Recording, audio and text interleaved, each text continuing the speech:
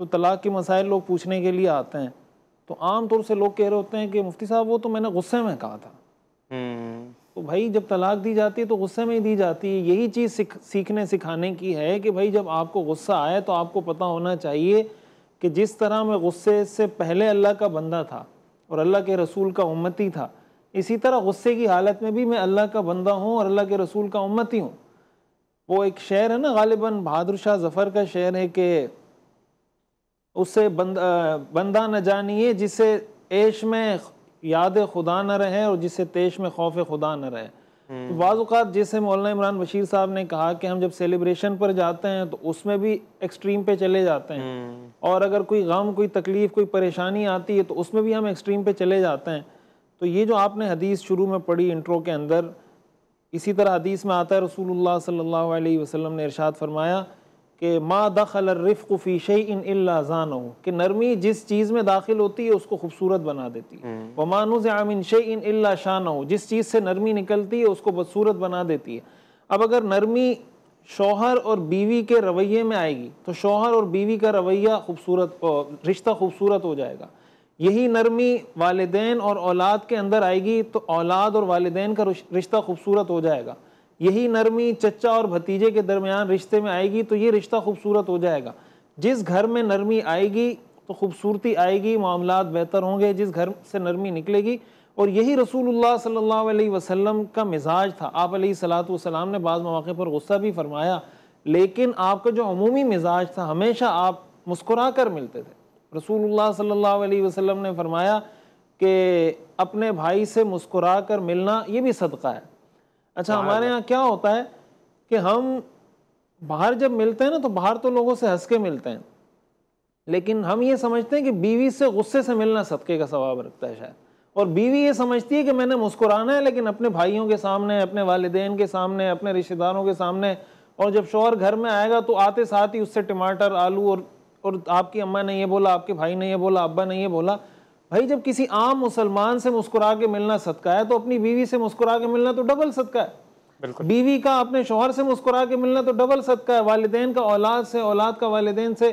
اور یہ جب ہم سیرت پڑھیں گے نا، حضرت فاطمہ رضی اللہ تعالی عنہا رسول اللہ صلی اللہ علیہ وسلم کی صاحبزادی ہیں، آپ جب وہ حضور کے پاس تشریف لاتی تھی تو آپ کھڑے ہو جاتے تھے، کھڑے ہو کر ان کے ہاتھ کو بوسہ دیتے تھے، جہاں خود بیٹھے ہوتے تھے ان کو اپنی جگہ پہ بٹھاتے تھے۔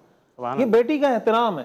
اب ہمارے ہاں بیٹیوں کا اگر یہ احترام ہو، جب حضور حضرت فاطمہ کے پاس جاتے تھے حضرت فاطمہ کھڑی ہو جاتی، حضور کے ہاتھ کو بوسہ دیتی اور حضور کو جہاں بیٹھی ہوتی حضور کو اپنی جگہ پر بٹھاتی۔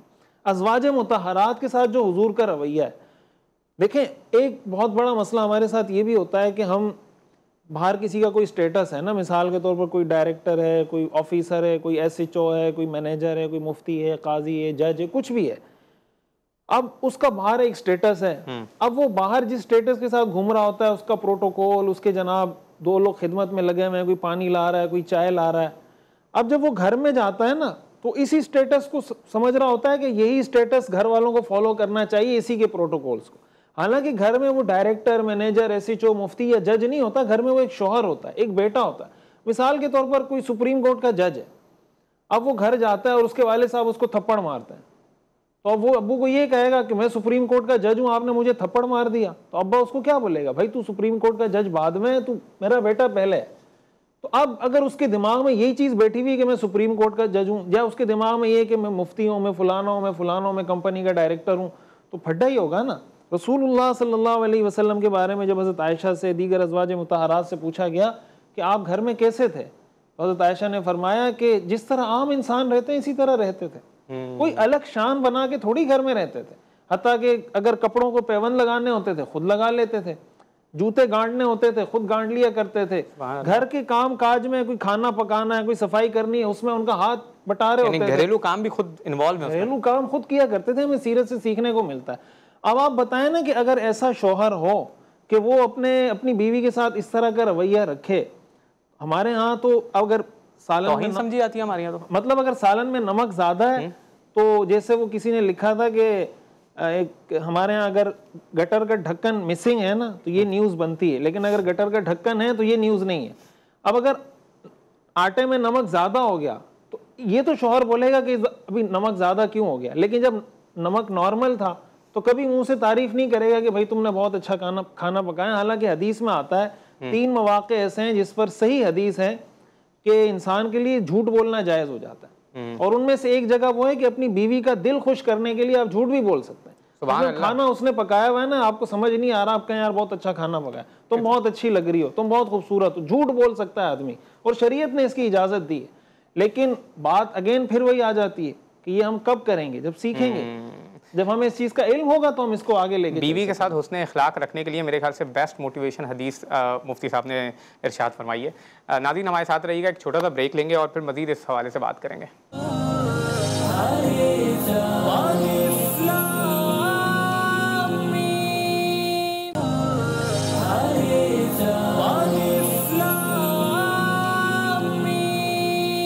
خوش آمدید ناظرین، آج ہم بات کر رہے ہیں گھریلو ناچاکیاں اور بدمزگیاں جو ہمارے معاشرے میں بڑھتی آ رہی ہیں، اس کے نتیجے میں جو تشدد کے واقعات پیش آ رہے ہیں، اس حوالے سے بات کر رہے ہیں۔ ہمارے ساتھ موجود ہیں معروف عالم دین ڈاکٹر مفتی رشید احمد خورشید صاحب۔ ڈاکٹر صاحب، ایک اور گھریلو جو مسائل اور تنازعات جس سے پیدا ہوتے ہیں وہ پراپرٹی کے، وصیت کے مسائل ہیں، اور خاص طور پہ ہمارا جو ایٹیٹیوڈ ہے وصیت کو لے کے، پراپرٹی کو لے کے، وہ بالکل ہی کول ہے، یعنی ہم بہت اس کو کول سمجھتے ہیں کہ نہیں پراپرٹی نہیں کیا جائے، بڑا بیٹا ہے وہ تو ڈسٹریبیوٹ کر دے گا۔ اور جب والدین کا انتقال ہوتا ہے تو عام طور پہ یہ ہوتا ہے کہ بڑا جو بیٹا ہے وہ تمام پراپرٹی اس گھر کو غصب کر لیتا ہے، اور بہنوں کو تو حصہ دینا ہمارے معاشرے میں بالکل ہی عام رویہ سمجھا جاتا ہے، بالکل ہی عام یہ زندگی کا معمول ہے ہمارا۔ اس حوالے سے قرآن و سنت میں کیا تعلیمات ہیں؟ کیا وہ رویہ جو ہمیں اختیار کرنا چاہیے؟ کیا وہ اقدامات ہیں جو ہمیں ایز اے سوسائٹی کے اوپر امپلیمنٹ کرنے چاہیے تاکہ اس کی روک تھام ہو سکے؟ جی بالکل، میراث کے حوالے سے اور پراپرٹی کے حوالے سے دیکھیں، جب کسی کا انتقال ہوتا ہے نا تو یہ تو ایک بہت بڑا اللہ کی طرف سے ایک سمجھیں ایک الارم ہے کہ بھائی جب کسی کے والد کا انتقال ہو گیا تو اس کا مطلب یہ کہ ایک دن آپ کا بھی انتقال ہوگا نا۔ بھائی کسی کے والد کے انتقال ہونے کا مطلب، اگر کوئی اپنے والد کو دفنا رہا ہے، اس کا مطلب میرا بیٹا بھی کسی دن مجھے دفنائے گا۔ تو کتنا بڑا ایک اللہ کی طرف سے ایک الارم ہے، ایک میسج ہے، تاکہ اس سے انسان سبق حاصل کرے۔ اور ہم نے ایسے لوگ بھی دیکھے ہیں جو اس موقع پر، میرے پاس ایک کیس ایسا آیا ہے کہ کسی کے شوہر کا انتقال ہوا اور اس کے جو باقی اس کے جو بھائی تھے شوہر کے، وہ آئے اور اپنی بھابھی سے اس کا جنازہ بھی رکھا ہوا ہے، اس سے دستخط لے لیے کہ آپ ہمیں پاور آف اٹارنی دیں، ہم آپ کا عدالت میں کیس کریں گے یہ وہ، تاکہ آپ کو زمین ملے، اور اصل دستخط لیے تھے اس پہ کہ بھائی میرا کوئی حق نہیں ہے، مجھے کچھ نہیں چاہیے، وہ سب کچھ میں نے ان کو دے دیا۔ بعد میں جب معاملہ کھلا تو پتہ چلا بھائی پاور آف اٹارنی بھائی دستخط لیے کہ مجھے کچھ نہیں چاہیے، یعنی لاش رکھی ہوئی ہے بھائی کی اور اس لاش کے اوپر اپنی بھابھی سے دستخط لیے جا رہے ہیں۔ اب یہ دیکھیں کتنی بڑی جہالت کی بات ہے۔ دیکھیں بات پھر وہی، اللہ تعالیٰ نے قرآن میں نماز کا حکم دیا ہے، اسی اللہ نے اسی قرآن میں میراث تقسیم کرنے کا حکم دیا ہے، اسی اللہ نے اسی قرآن میں بہن کی میراث دینے کا حکم دیا ہے، اسی اللہ نے اسی قرآن کے اندر اپنی بھابھی کا میراث میں حق دینے کی اور یتیم بھتیجوں کا میراث میں حق دینے کا حکم دیا ہے۔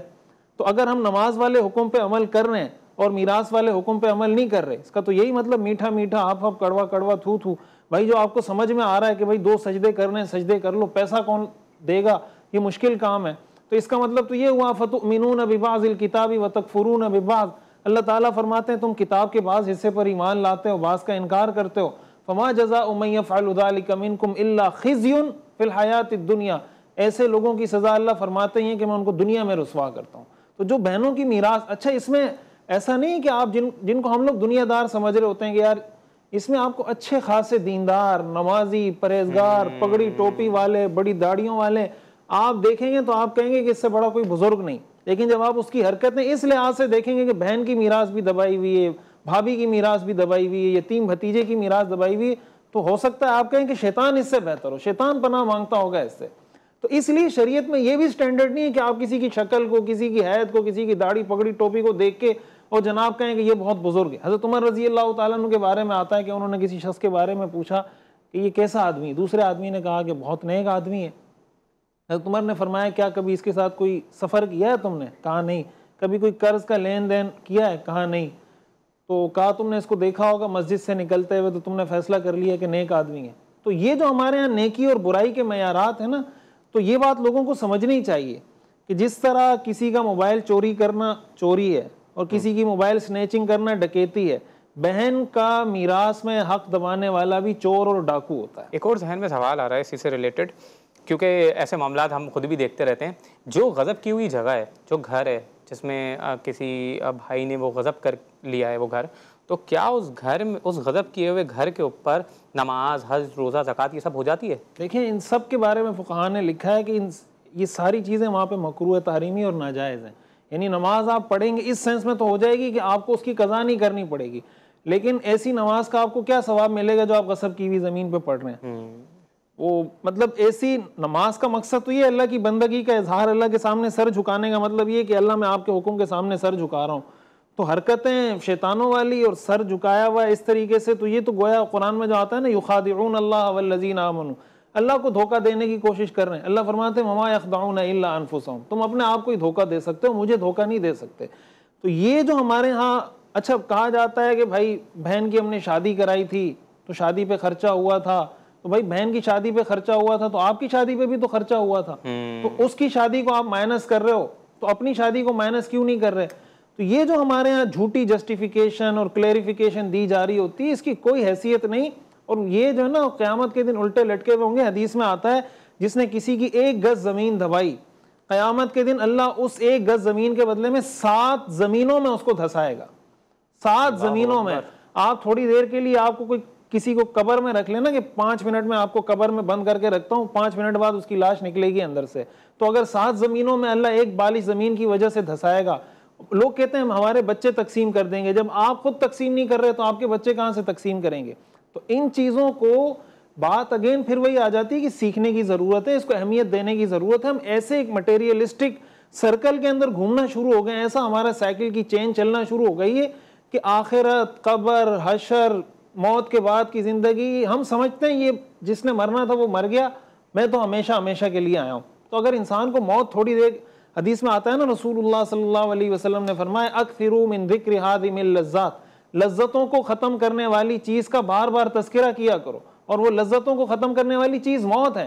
انسان کو نا دن میں کبھی کبھی اپنے آپ کو بولنا چاہیے کہ بھائی یہ مرا ہوا ہے, کل میں مروں گا, یہ مرا ہوا ہے, کل میں مروں گا. آج میں نے فلاں کا جنازہ پڑھا ہے, کل میرا جنازہ پڑھا جائے گا.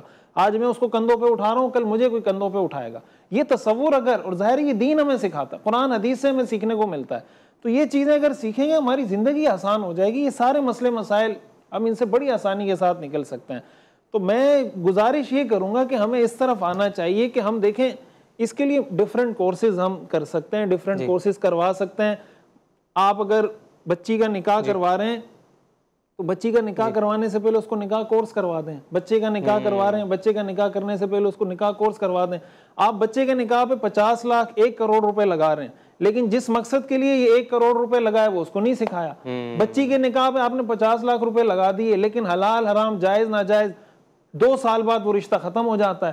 تو اگر آپ نے یہ نکاح کورس کروا دیا ہوتا تو یہ 50 لاکھ آپ کے بچ جاتے. یہ آپ کی انویسٹمنٹ ہے, اور نکاح کورس کرانے میں آپ کو کوئی خرچہ بھی نہیں آئے گا. بہت ہی اچھا. آپ کسی بھی مفتی صاحب کے پاس چلے جائیں, کسی مدرسے میں چلے جائیں, امام صاحب کے پاس ہو رہے ہیں ہر جگہ, یہ ہو رہے ہیں. میں نے الحمدللہ اس پہ اسی وجہ سے ایک کتاب لکھی. میں جگہ جگہ جب نکاح پڑھانے جاتا تھا, بیان کا موقع ملتا تھا, میں نے جگہ جگہ یہ بات کی, بھائی آپ نکاح کرتے ہیں تو نکاح سے پہلے سیکھیں تو صحیح نکاح, حلال حرام جائز ناجائز, طلاق دینے کا بھی طریقہ ہے, خلا کا بھی طریقہ ہے, عدت کا بھی طریقہ ہے, ہر چیز کا. تو پھر اس پہ میں نے پوری ایک کتاب لکھی نکاح کورس کے نام سے, اور اسلام آباد میں ایک ادارہ ہے گفتگو پبلیکیشن, وہاں سے شائع ہوئی, اور مقصد اس کا یہی تھا. اور یہ میں سمجھتا ہوں یہ ایسی چیز ہے کہ جن کی شادیوں کو 40 سال ہو گئے نا, ان کو بھی سیکھنے کی ضرورت ہے, اور جن کی شادی کو 1 سال ہوا ہے ان کو بھی سیکھنے کی ضرورت ہے, اور جن کی شادی نہیں ہوئی. ہمارے ہاں یہ بھی مسئلہ ہے. یہ کتاب جب چھپی تو مجھے کئی لوگوں نے اس پہ یہ فیڈ بیک دیا, اب جن کی شادیاں نہیں ہوئی وہ کہہ رہے ہیں ہم گھر کتاب لے کے گئے, پڑھ رہے ہیں, تو والدین کہ بھائی وہ کھڑے ہو گئے, بھائی کیا تم یہ کتاب کیوں پڑھ رہے ہو؟ بھائی آپ کو خوش ہونا چاہیے. وہ کہہ رہے ہیں بھائی یہ نکاح کی کتاب پڑھ رہا ہے, اس کا مطلب اب یہ نکاح کرے گا. تو بھائی اگر نکاح سیکھ کے کر لے تو اس سے خوش ہونا چاہیے یا پریشان ہونا چاہیے؟ تو والدین سے میں یہ گزارش کروں گا کہ آپ اپریشیٹ کریں. اور اس کے ساتھ ساتھ میں ایک گزارش یہ کروں گا کہ دیکھیں ہمارے سب مسائل کا جو حل ہے نا, وہ اللہ کے نبی کی سیرت میں. قرآن میں اللہ نے فرما دیا لقد کان لکم فی رسول اللہ اسوۃ حسنہ. تو اگر ہمیں پتہ چل جائے حضور کی گھریلو زندگی کیسی تھی تو ہمارے سارے مسائل حل ہو جائیں گے. تو سیرت النبی صلی اللہ علیہ وسلم کو پڑھنا, اس کو سمجھنا, اس کے پیغام کو, اللہ تعالیٰ نے دنیا میں جو نظام کو بہتر کیا, جو دنیا میں ایک پازیٹیو انقلاب آیا, وہ حضور کی وجہ سے آیا. آئندہ بھی اگر پازیٹیو کوئی ریولوشن آئے گا وہ حضور کے طریقے اور سیرت پر عمل کرنے سے آئے گا. اور سیرت پر ہم عمل اس وقت کریں گے جب ہمیں اس کا علم ہوگا. تو سیرت النبی صلی اللہ علیہ وسلم کو پڑھنا، اس پہ عمل کرنا، اس کا پیغام پہنچانا، اس کے لیے بھی ہم نے الحمدللہ جو چیزیں ہم دیکھ رہے ہوتے ہیں تو اس پہ ہم بات بھی کر رہے ہوتے ہیں. الحمدللہ ہم نے اس پہ کورس شروع کیا سیرت النبی کا اپنے یوٹیوب چینل پر، اور ہر اتوار کو رات کو 10 بجے ہمارے جو یوٹیوب چینل ہے اس پہ اس کی کلاس ہو رہی ہوتی ہے. تو نکاح کورس بھی یوٹیوب چینل پر ہے؟ نکاح کورس تو ایک بک کی فارم میں ہے، وہ انشاءاللہ ہم یوٹیوب چینل پر بھی لے کر آئیں گے. اور جو سیرت کورس ہے میں اس کی بھی چاہوں گا کہ لوگ جڑیں، جہاں بھی آپ کوئی کتاب لے لیں، آپ کوئی کورس لے لیں، لیکن پڑھیں، ایسا ماحول بنائیں کہ آپ جس فیلڈ میں زندگی کے ہیں رہیں، لیکن جو آپ کی ضروری چیزیں ہیں جہاں آپ کو دین سیکھنا چاہیے وہ دین آپ بہت بہت شکریہ. میں بہت شکر گزار ہوں ڈاکٹر مفتی رشید احمد خورشید صاحب کا اور مولانا عمران بشیر صاحب کا کہ انہوں نے اپنا قیمتی وقت ہمارے اس پروگرام کے لیے نکالا. ناظرین، آپ نے علماء کرام کی گفتگو سماعت فرمائی، اور اس میں خاص طور پہ ایک پوائنٹ یہ ہے جو مفتی رشید صاحب نے بھی فرمایا کہ ہمارا کانسیپٹ یہ ہے ایک کہ ہم کہتے ہیں کہ ارے دین کے اوپر کچھ تو عمل ہو رہا ہے، یعنی کوئی اگر نماز پڑھ رہا ہے تو یہ تو ایکسیپٹ کر رہا ہے، بھلے وہ دوسرے دین کے کام نہیں کرتا. تو اسلام نے جو قرآن کی آیت بھی انہوں نے پیش کی کہ جو اللہ کہتا ہے کہ تم بعض چیزوں کو ایکسیپٹ کرتے ہو، بعض چیزوں کو ایکسیپٹ نہیں کرتے، یعنی پک اینڈ چوز کا جو ہمارا ایٹیٹیوڈ ہے، جو چیزیں ہمیں فائدہ دیتی ہیں ہم اس کو کر لیتے ہیں، اور جو چیز ہمارے لیے ذرا سی گرا گزرتی ہے ہم ان کے اوپر بالکل بھی عمل نہیں کرتے. تو یہ وہ ایٹیٹیوڈ ہے جس کے بارے میں قرآن یہ نہیں کہتا کہ ہاں یہ بہت اچھا ایٹیٹیوڈ ہے تم کچھ تو کر لیتے ہو، بلکہ قرآن یہ کہتا ہے کہ تمہارے دنیا اور آخرت دونوں کے لیے یہ رسوائی کا سبب بنے گا. تو it's not something that اللہ انٹرٹینس، بلکہ اس کے لیے بہت زیادہ وعید ہے قرآن اور سنت میں ہمارے پاس آئی ہیں. اللہ کی نظر میں پورے دین میں داخل ہونے کا ہی ایٹیٹیوڈ وہ ایٹیٹیوڈ ہے جو اللہ کی نظر میں ایکسیپٹیبل ہے.